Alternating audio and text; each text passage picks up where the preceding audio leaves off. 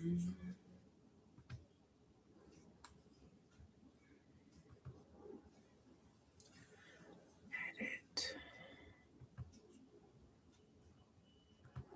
Cancel that.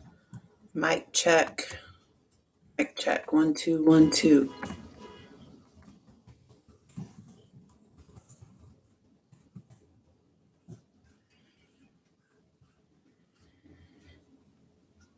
Let's see if I can move this screen a little bit.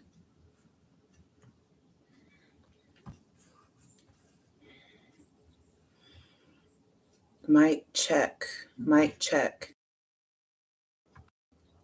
Mic check. Mic check.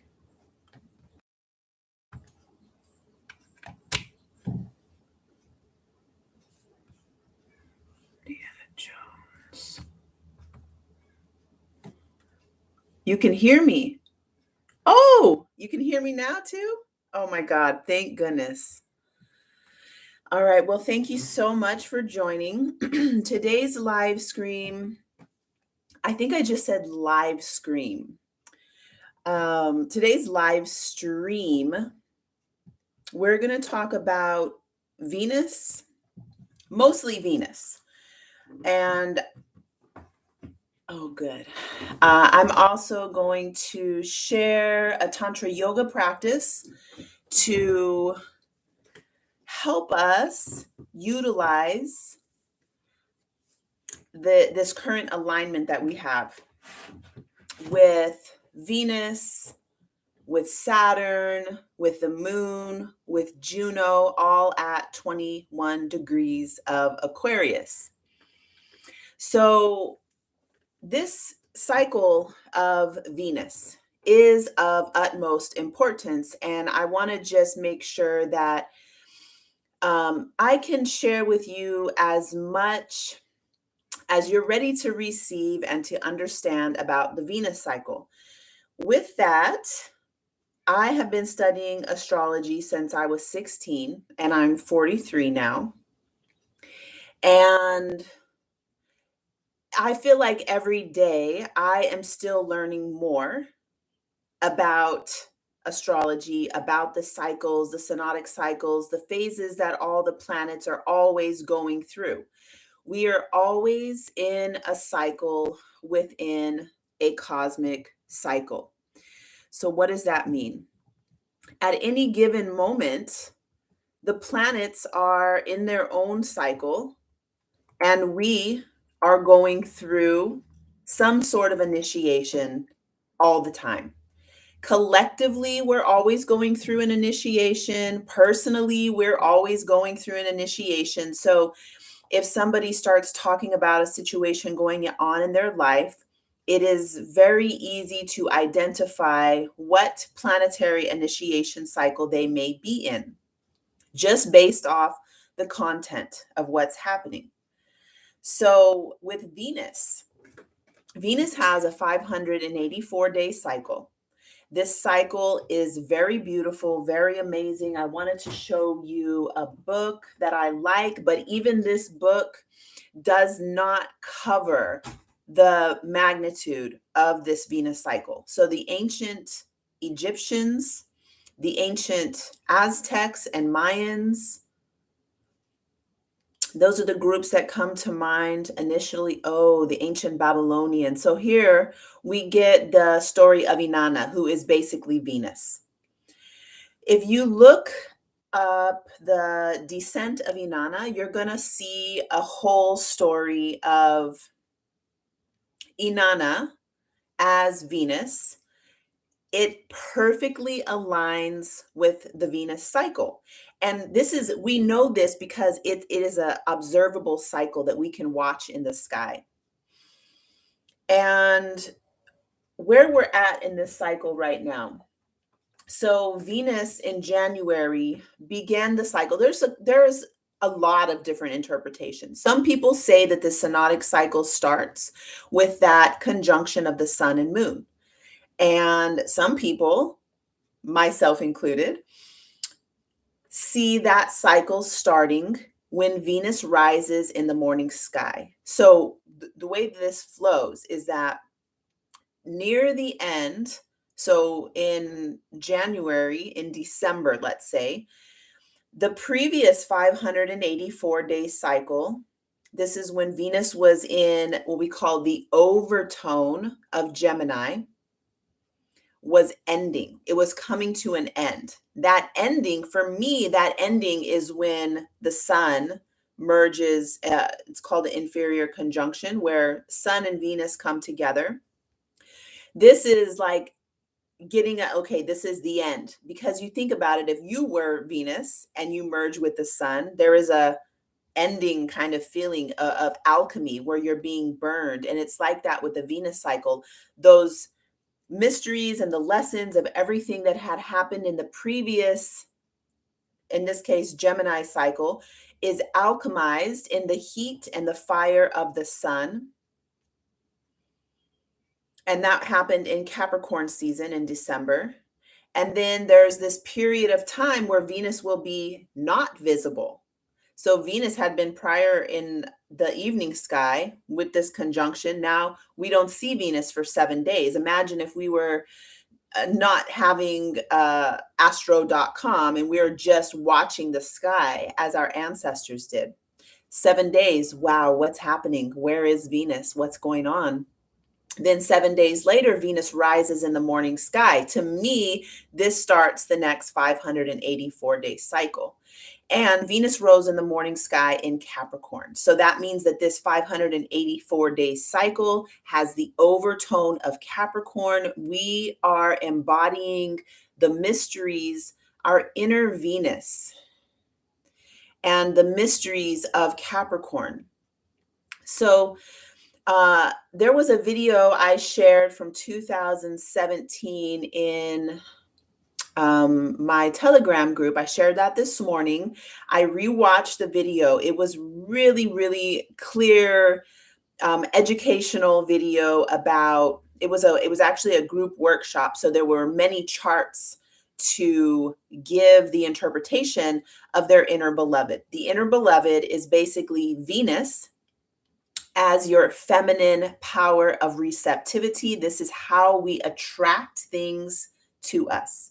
It's what we value, what we believe we are worth, which is what pulls things to us. It's an unspoken inner knowing within us. I call this the Venus Gemstone. It is coded with information.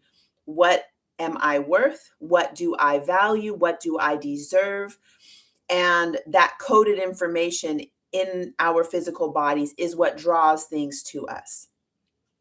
And then Mars is how we are in service to Venus to go out there and get the things. So there is this desire with action and the ability to have athleticism, an ability to go and go and go and utilize that life force energy to go out there and get what Venus wants. What Venus, your inner internal Venus knows that you're worth. So in that class, when I was listening, I was remembering how much and seeing this transition from 2017 to now 2022, and how much it was drilled into me through my astrological education that Venus is also doing something. And it's a tricky thing because Mars is what does something. Venus is what is receptive. It's the power of receptivity. It's that Venus gemstone that is coded with the information, what I value, what I'm worth, what I want, what I'm longing for. Venus is not going out and doing. Venus is the power of receptivity in our body. In Tantra Yoga, there are so many practices. I'm going to share one practice today to help with the process that we're going through. And I'm going to talk more about that, what you might call a stellium, because it's a multiple grouping of planets together in the same exact degree of 21 Aquarius. I'll explain what that means, how that's can be interacted with for you, by you personally.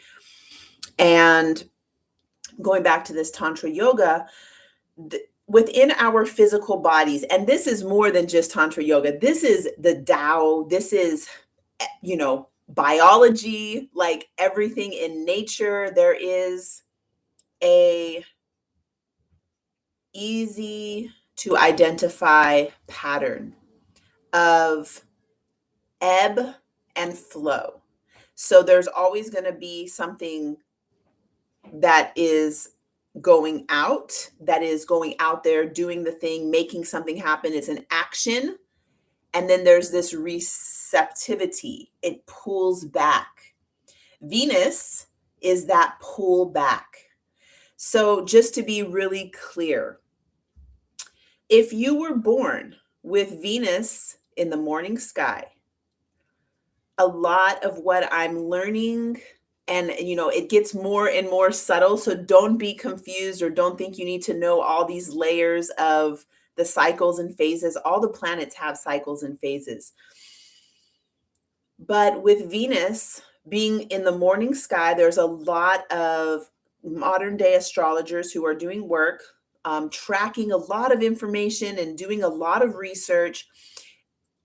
And they're saying that Venus in the morning sky has more of just like we can see Venus in the morning sky, there is more of an active receptivity. Meaning, active receptivity. So being more on the spotlight. And oh gosh, that book I think it's called Venus Rising by Ariel Gutman. It's a blue book. It's in my bedroom. I might get up and show you the cover. I might not. This book does describe Venus in the morning sky, and it talks about, it's like in the morning we see Venus rising in the morning sky before dawn, like we do now. So these people who were born with Venus in the morning sky may have more of a presence that is Venus-like, and it may be bigger and louder. Then, if you were born with Venus in the evening sky, there's more of those dark mysteries to that.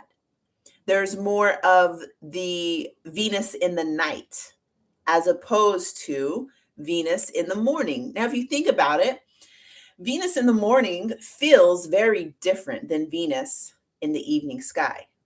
So I'm remembering when Venus was in the evening sky between 2020 and 2021, I was standing out there with somebody who I liked, and we were looking, and I was showing him Venus in the evening sky, and he pulled me close, and the feeling was like, okay, the sun's going down, it's getting dark, what's going to happen?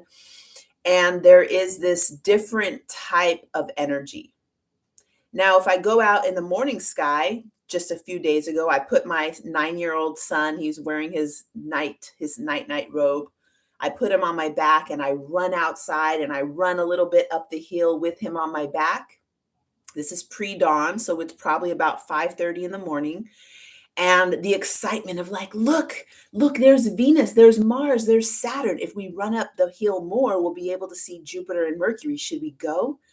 This is Venus in the morning sky. So you can kind of get a feel for the difference between the two. And it is still the power of receptivity. So I'll leave it there with that. Now let's look at the astrology that's happening right now. It is so magnificent, so exciting, because, first of all, now I had mentioned to you about the beginning of the synodic cycle, inferior conjunction with the Sun and Venus, 7 days not visible. On the 7th, 8th day, Venus rises either in the morning or the evening sky. This starts the next 584-day cycle. Now, what is really amazing is that this cycle fits perfectly with Inanna's ascent, Inanna's descent. into the underworld. So every time a new cycle begins, there will be Venus Moon conjunction in the sky. We will see them. We're going to see this tomorrow morning. So please get up, set your alarm for 5:30, depending on where you live. Go outside and look east. You're going to see Venus in the morning sky with a crescent moon. This happens every single month. And this tells us what the school that I studied with the most intensely, spent the most money at, this school is where I spent most of my adult education in astrology. And they call it a chakra gate. And this is actually where I split off from the school and I don't talk about them anymore. As far as like, hey, I used to always referring people to them. And I don't do it anymore because I had this really hard kick in the gut because of the chakra gates. And if anybody who's been following me for long enough knows that I have a really, really intimate connection with Tantra Yoga. I've also put a lot of time, money, effort. I've traveled and lived in India for 2 years studying yoga. And the chakras are a misappropriated teaching that pretty much everybody just throws around chakras and they talk about it in all these crazy ways that are not the original teachings that they have gone. It's like when you play telephone for centuries and centuries, it's gotten so far away. And so they call it the chakra gates. And the chakra gates, which, I think it's a marketing thing to get people interested in understanding and going to their school because everybody's interested in chakras. So basically, if you take out, you can call it a Venus moon gate. A Venus moon gate is a more accurate way of talking about what's happening in the sky. So every month, the Venus and moon come together. It's always going to be a crescent moon with Venus. This is a flag of a country. I want to say the Sufi, so that must be the Muslims, because that's in my mind right now with the crescent moon and that's Venus. When Venus and the moon come to, you know what? They were also intimately connected with that Venus cycle. I think all ancient cultures really were connected with the Venus cycle because it's so easily observable. That Venus looks like a sun in the night. Kailash, my 9-year-old, when I took him out there, he saw that. He was like, "Is that a star?" I was like, "Well, yes, it's a planet. It's Venus. And wow, look at Venus. You can see Mars, but Venus just, okay." So anyhow, let's go back to this. Every month when there's this meeting, I made some notes so I can tell you this very clearly. January 30th, this was the first, let's call it the Venus moon gate. Now, this aligns with the Inanna story. Inanna, in short, is Venus, who is the queen of heaven, who needs to descend into the underworld to visit her sister, Ereshkigal, who is the queen of the underworld. So as she's descending through these gates to meet her sister in the underworld, she has to remove a vestment, meaning, let's start here, 30 January, it's going to be her crown, and this is her golden crown. That was the first meeting of Moon and Venus. Then we go to the 27th of February. There was another Venus Moon conjunction. You could say Venus moon gate. And this relates with Inanna's royal staff. So Inanna needs to release the royal staff to go on through that gate. Then we get to the 28th of March, Venus, Moon. Now, this is where we are, 21 degrees Aquarius. And in the Inanna story, it's going to be her lapis necklace. She needs to remove the necklace. So you can see we started with the crown, we went to the royal staff, then we went to the lapis necklace. The next one will be 27 April, Sun, Venus. I'm seeing Venus in the sky and saying sun because it is so bright, but it's Venus moon. They will be at 23 degrees Pisces, and this will be the removal of the golden breastplate. So you can see these vestments. Well, the staff is in the hand, the breastplate. Then we have the ring of power. Then we have the ankle bracelet. Then we have the robe. So what the school I used to study at did was turn these to chakra gates. And they said the crown chakra, the third eye, which would be the royal staff.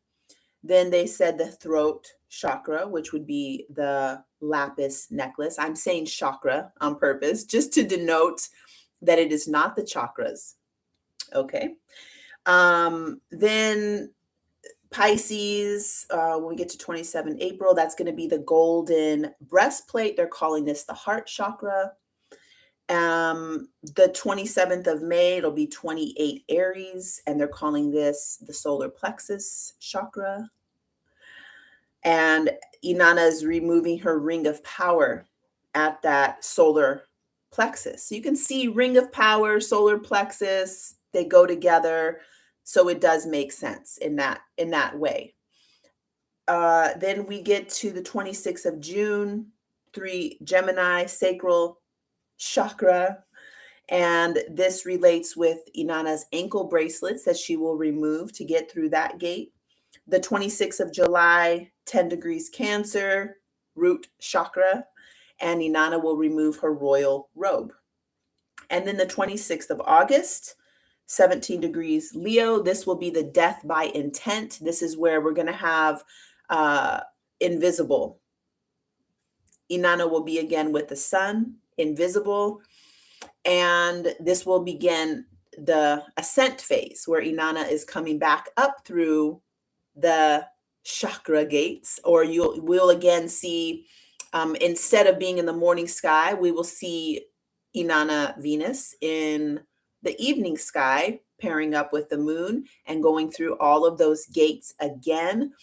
So I'm not going to get into a chakra teaching right now. I have a whole class on that you might be interested in.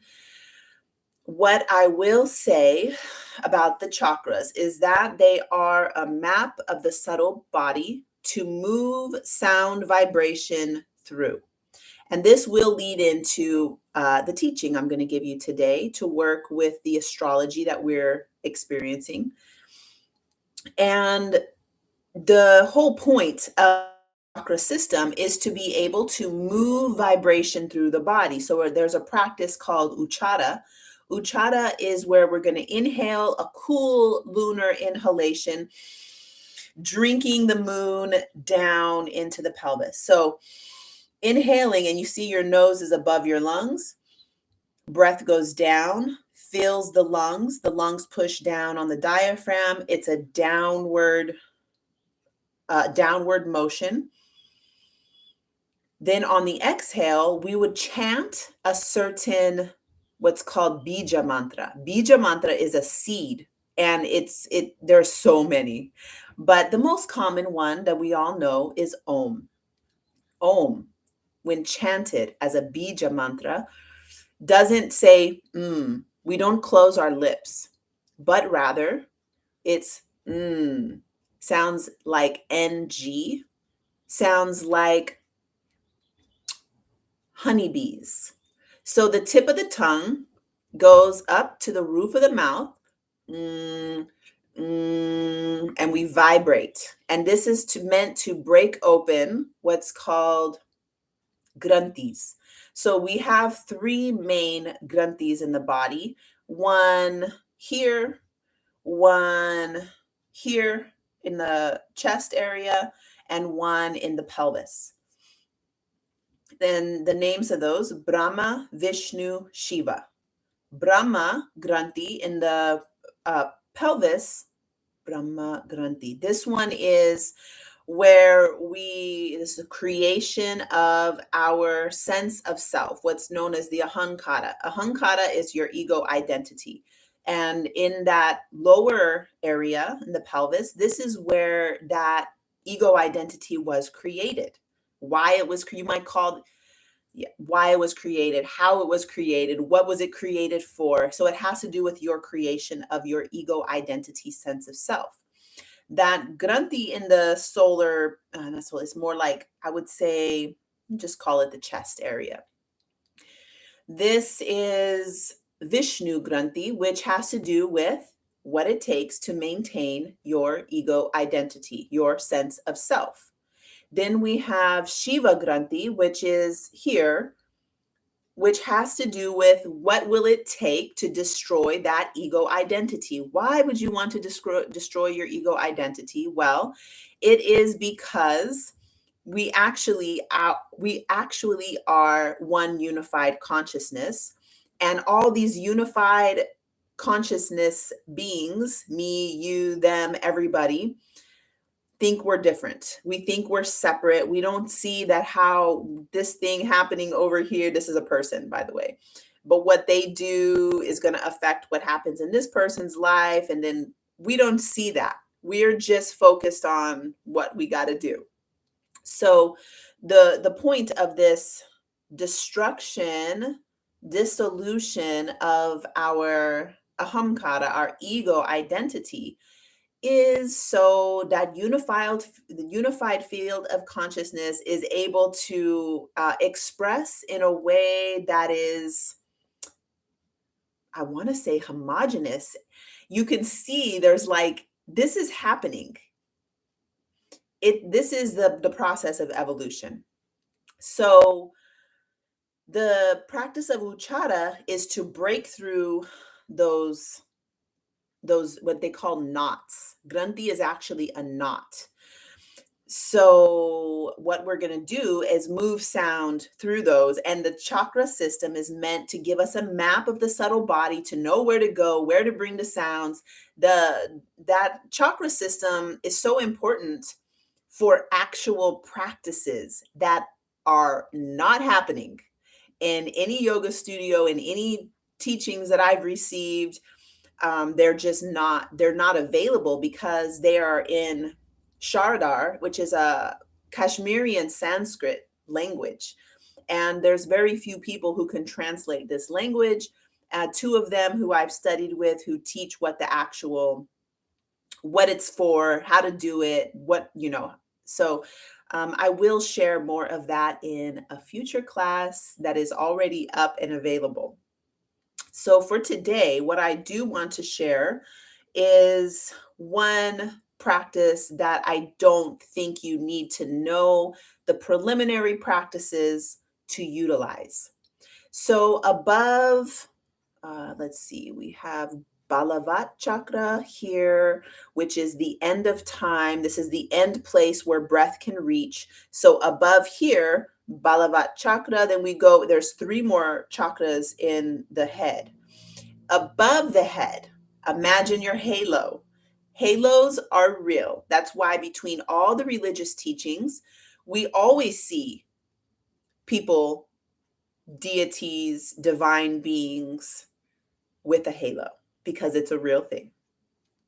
So about 12 to 18 inches above the head, in Tantra Yoga, this is called the Dwara Shanta.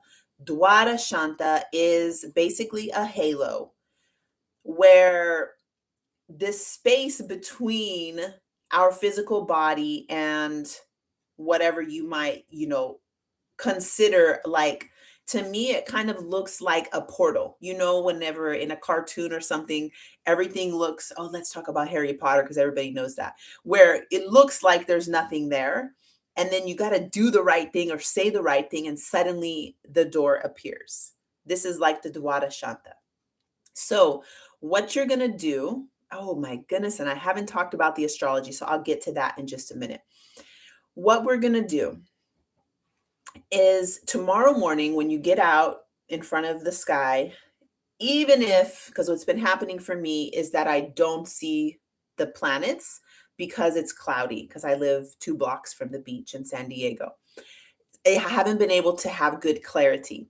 But even though tomorrow morning, go sit out there anyway, you can practice what I'm going to teach you right now and recognize that this stellium is happening.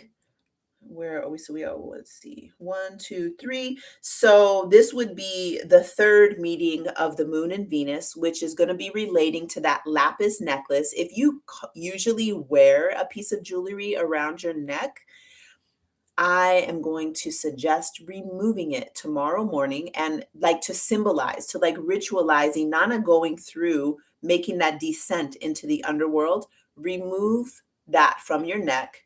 Meditate, focus on anything that might be connected to how you use your power of this area. It's not just speech that happens in this area. It is also how you receive information. If you think about the transference from the body's instinctual knowing and the mind's education, higher intelligence, reasoning functions, this section is where all that translation happens. This section is where art is created. Our body's instincts, our body's knowing, having a meeting and merging of the mind's linear function, education, all the things that you've studied and learned. And here is where we're able to like have this like merging, and then we're going to say something. We're going to move in a certain way. We're going to create coming, even, you see your arms coming off from this section of your body. So from here is where we're going to send that, what we know and what we are feeling and thinking, out into the world in some sort of a creative manner. So tomorrow morning, you're going to sit. Let's go ahead and go through this. So as you inhale, drinking in that cool lunar inhalation. Now what we have a waning crescent moon. So when I hold the moon in this side of my hand, this is the growing phase when I have it. So it'll be like this, a waning phase. And I'm going to drink that cool lunar inhalation in, and then I'm going to exhale, allowing my body to completely soften, opening to receive. Inhale again, cool lunar inhalation. Exhale, completely softening. I trust my body to know what to do. Now, connecting in, we've got Saturn at the same exact degree point as this Venus moon gate. It's like portal gate. I don't know. Between this Venus moon gate, Saturn is there. So it's sort of like, I think of Saturn as Kali, the goddess of time. And, Saturn can be in that state of like your grandmother who is wanting you to be your best, to do your best. She just gives it to you, lays it on the line, says it how it is, doesn't sugarcoat anything, is very, wake up, get your stuff done, let's be on point. Saturn can also be like whooping you. It can feel like you're being whooped. In a way, when I say whooped, I don't mean whipped. I'm talking about like when grandma whips you. And, it's like you haven't been on task. And grandma is like, all right, I'm taking away all the fun that you're able to have, or whatever it is that's important to you.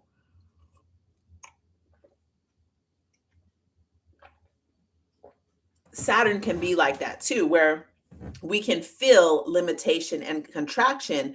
In my view, that limitation and contraction is a gift to help us go sit down somewhere and get that shit done, because that's what Saturn is about. Limitation, contraction, go get it done.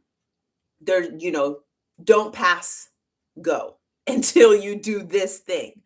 What is that thing? And I think this is where I have another thing I want to share with you so we can figure out what is this thing that we need to do. I don't know.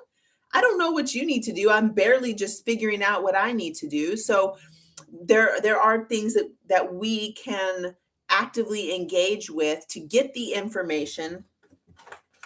I wrote something down about this today while I was preparing for this class.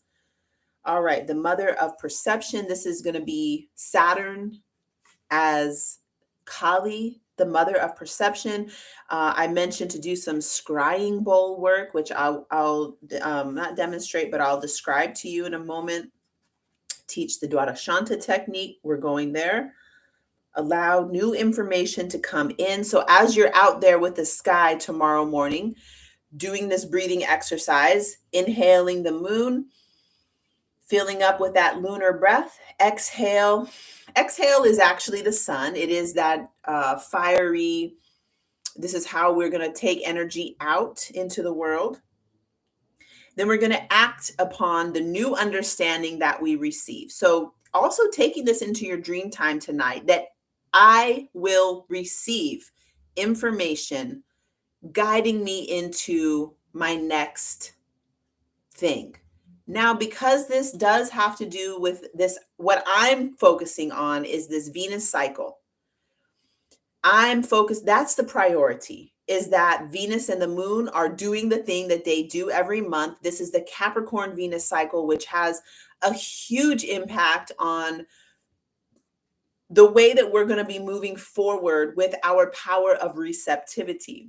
And that mystery is deep, because especially if you're a man, or okay, not just a man, especially if you are somebody who is allured or pulled in by the power of a very feminine woman. Or I'm so, please forgive me. Please forgive me. If you are a person who is pulled in by the power of allure by anybody, okay, this relates to me too. This relates to all of us. That is a strong force that sometimes we can feel completely, the song coming to my mind, the power of the PUSSY. That's why every, whatever gets fly, like that song by Jay-Z, and he who shall not be spoken of by my mouth again. Yeah, that song, and so many, that the power of a feminine flow, that power is very, very strong. And while Venus is in Capricorn, there is so many things going on in the world showing us that we really need to be clear about our power of receptivity, what we're calling in, how we're using that power, how we have abused that power. And as a feminine, shapely, that power of receptivity is in my body. Like if you've ever used a yoni egg, you practice with yoni eggs, that power of pull, that suction, that is very real. And that is also mentioned in the Tantra Yoga teachings of the chakras when we get into Svaristana Chakra, which is what the Western people in the West, I don't call it that. The Western teachings of the chakras call it the sacral chakra, but it's actually called the Svaristana Chakra. And this is her favorite locale, her being the goddess Kundalini, her favorite locale, the area of sweetness, of honey, of nectar, the divine nectar. And that power of receptivity, the ability to, what in the Tantra teaching say, draw the lingam forth. It is, the power is given to that female. The power to draw the lingam forth is her power. It's very, very, it's really rings true to me about the power of femininity, the power of receptivity, and the power of women and our physical bodies that we have not been taught about at all. The teaching about a woman's body has mostly been about periods, getting pregnant, and raising babies and breastfeeding. Like, the last child that I had, I couldn't find anything. I'm like, what is milk? Like, actually, how does a white substance come from our breast? And what is that process? Couldn't find it anywhere. Just mammary glands and, teachings about mammary glands, but there's no physiological reason. That what my takeaway from knowing Ayurveda and Chinese medicine, little bit of Chinese medicine, is that our blood goes through the mammary glands and somehow becomes a milky substance. And I still don't understand how that works. If anybody knows, please educate me. I searched and searched. I couldn't find anything about it. And the point that I'm making is that the female body is such a mystery for us in these bodies. It is our ability to respond to that mystery. It is our responsibility to respond to our own physical body's mysteries, and to not, this power is not to be grasped and held, more so to, I want to say, harness the power of feminine receptivity. And right now with Saturn there, my feeling is that there can be, somebody is going to take control of that power of the feminine body, the reproductive, the regenerative powers of the feminine body, the female body. Don't get it confused. Feminine is not female. Feminine is a whole, that, like, put that over there for a second. And Venus and Saturn together, that what's coming through my mind right now has to do with somebody will take control of this. Baby, you take control of it, or somebody else will. And that is also as a part of the Saturn teachings, is that while Saturn is the grandmothers, the circle of grandmothers, the elders, it also has been what I call co-opted, where government officials, people in power, what do you say, positions of authority have become our Saturn principle, because we no longer have the kapunas or the chiefs and the elders and the shaman, the grandmothers of the village. We no longer have a society like that due to this thing called colonialism, called whatever you want to call that. We don't have that anymore. Those elders got replaced by police officers and presidents and queen, ruler, whatever. So this Venus Saturn conjunction during this important part of the Venus cycle seems like it is our opportunity for us to fully take ownership, authority, author, to be the author, the authority of our lives. That is actually our inner power of Saturn, and especially related to our powers of receptivity. Now, Venus is in Aquarius. So this stellium of planets I keep seeing Juno, like, don't leave Juno out. Don't leave me out. Let's talk about Juno too.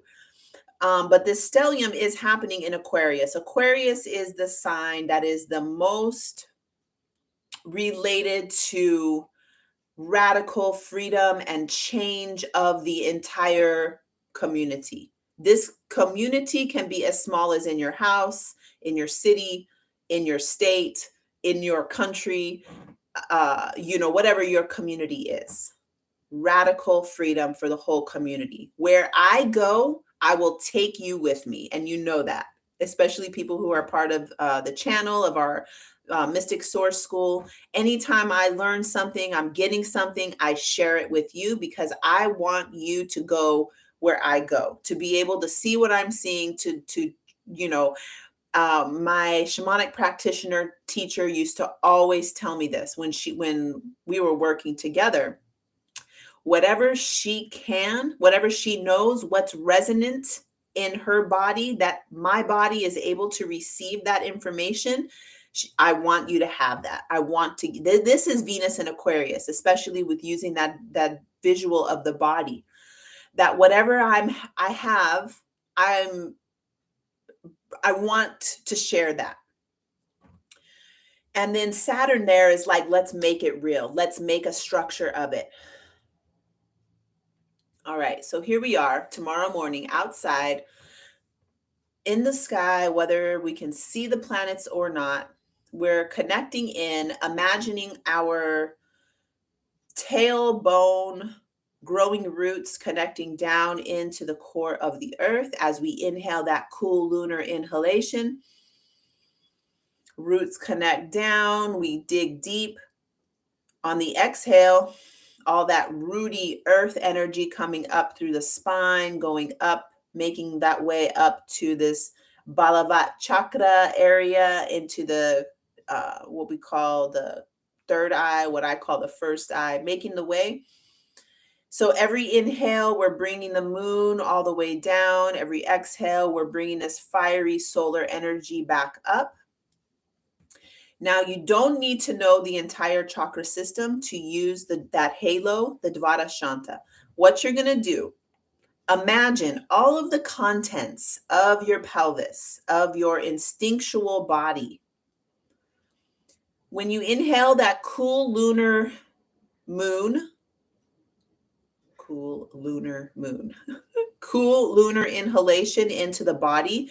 It's a crescent. So you're going to imagine that crescent going in and scooping up whatever is in there, whatever is in your instinctual body, lifting that up, back up here to your brow.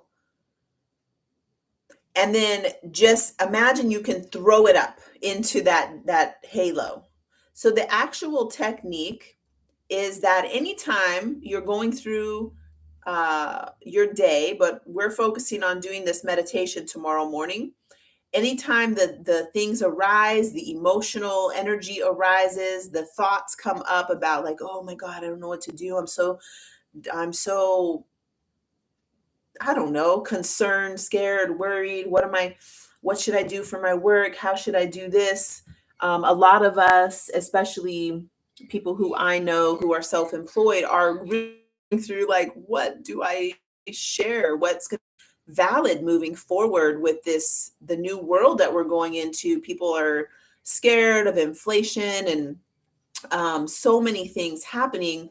Like, what do I share? What is needed right now? And feeling a little bit like I'm not sure. So whenever those feelings, emotions, and the thought forms, the structures of sentences come up, you're going to inhale them all the way down into the pelvis. This is called bringing it fully in. Bring it fully in. So when I'm seeing Moon, Saturn, Venus, Juno, I want to inhale that fully in. The meanings of those archetypes, how those archetypes show up in my life, and how those archetypes are alive in my physical body. I'm going to breathe that sky teaching into my pelvis, allowing my body to match up. I see this as a puzzle piece. It's like you bring the archetypes into your pelvis, Everything in your body that is like those archetypes goes right in, locks in like a puzzle. So Juno in the sky, Juno in my body. Venus in the sky, Venus in my body. Saturn in the sky, Saturn in my body. Moon in the sky, Moon in my body.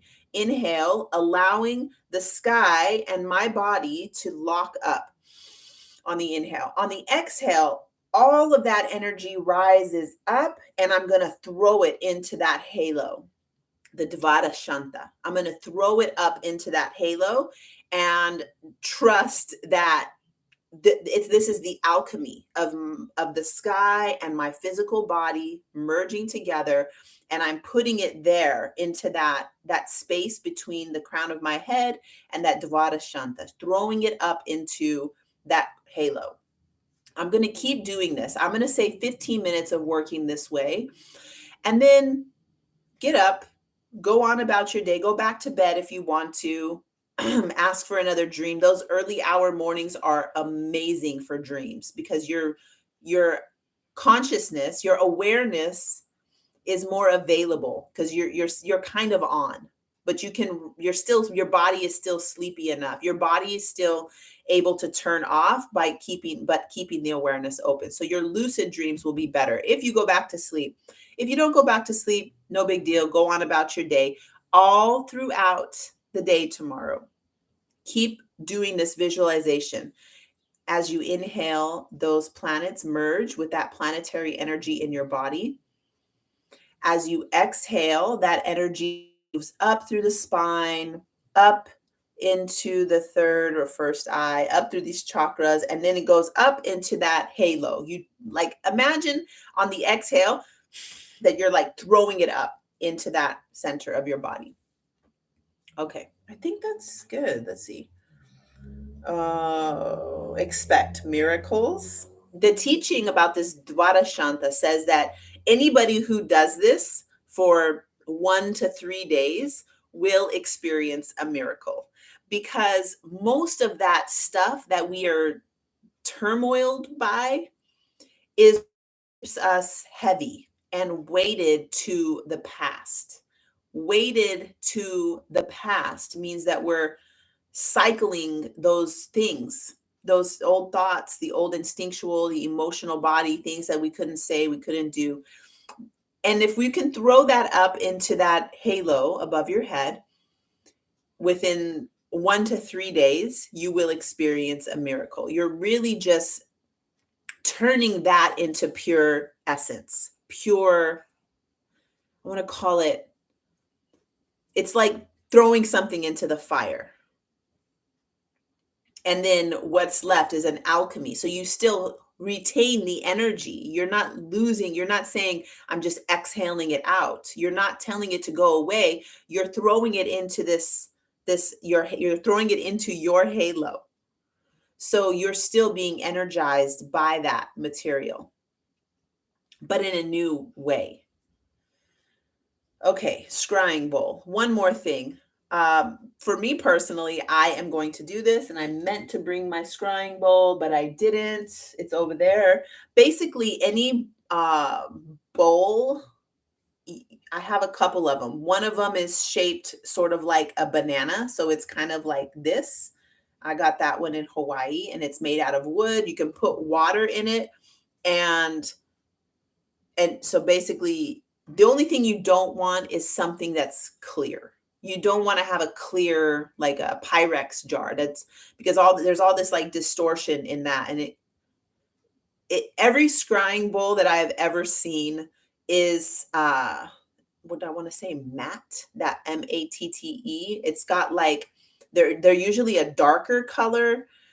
Black, like the Aztec teaching uses an obsidian mirror. So, oh my gosh, if you had an obsidian scrying bowl, that would be epic. Something that is dark-ish, or at least not see-through. And basically what you're going to do with that bowl of water is set it down. You can hold it too. I've seen it done both ways. and you're just going to stare at the water. This is going to be a very, very wonderful technique as we're moving into that Jupiter-Neptune conjunction that's exacting on April 12th. The power of water is immense right now. So you can use that scrying bowl to stare. You can ask a question and just stare into the water and let your emotional currency, the water in your body, be shown to you in the water in that bowl. And always make sure you have your journal to record even the silliest things, even if it's just, this one. This isn't silly. I'm going to share that with you in a minute. Whatever. You just write down fragments of a thought or draw a picture, an image of what you saw. It's really important to record it because the recording of it is a process in itself, which can lead to new depth of the discovery of what you're experiencing with that scrying bowl. I'm getting ready to end here, so I just want to give you a moment to ask any questions. If you want to ask any questions, type them into the chat. And okay, this is something that I wrote today. Failure to thrive in a concrete jungle. Get centered. Have a fiery focus. The whole world is there. Where do you want to be?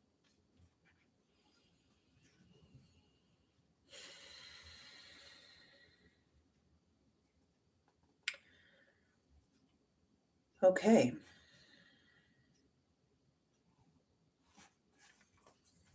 Are there any questions?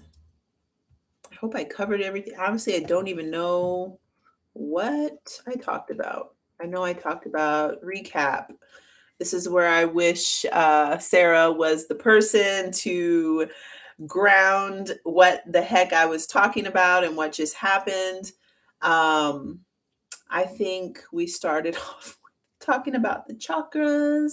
Oh, and I did. Can't wait to dream and get up in the morning for this meditation. Yes. Let me touch on dreams really quick.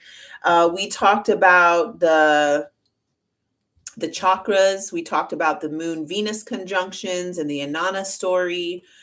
We talked about using the chakra system as a map to move sound vibrations through the body. And then I gave that halo Dvada Shanta technique where you're gonna have this merging of sky and your body on the inhale, bringing that in down into the pelvis, bringing it in on the exhale, fiery throwing of that into your halo. I think we talked a lot about the Venus cycle, the 584 days. Did I mention to you that you were born in some phase of this Venus cycle? So there is a way to really refine. If you know the sign you were born in, say you were born with Venus in Capricorn, for instance. Do you know, was it a morning sky? Was Venus in the morning sky or was Venus in the evening sky when you were born? Which chakra gate? No. Which Venus moon gate were you born? Okay, I was born between the first and the second of those Venus moon conjunctions.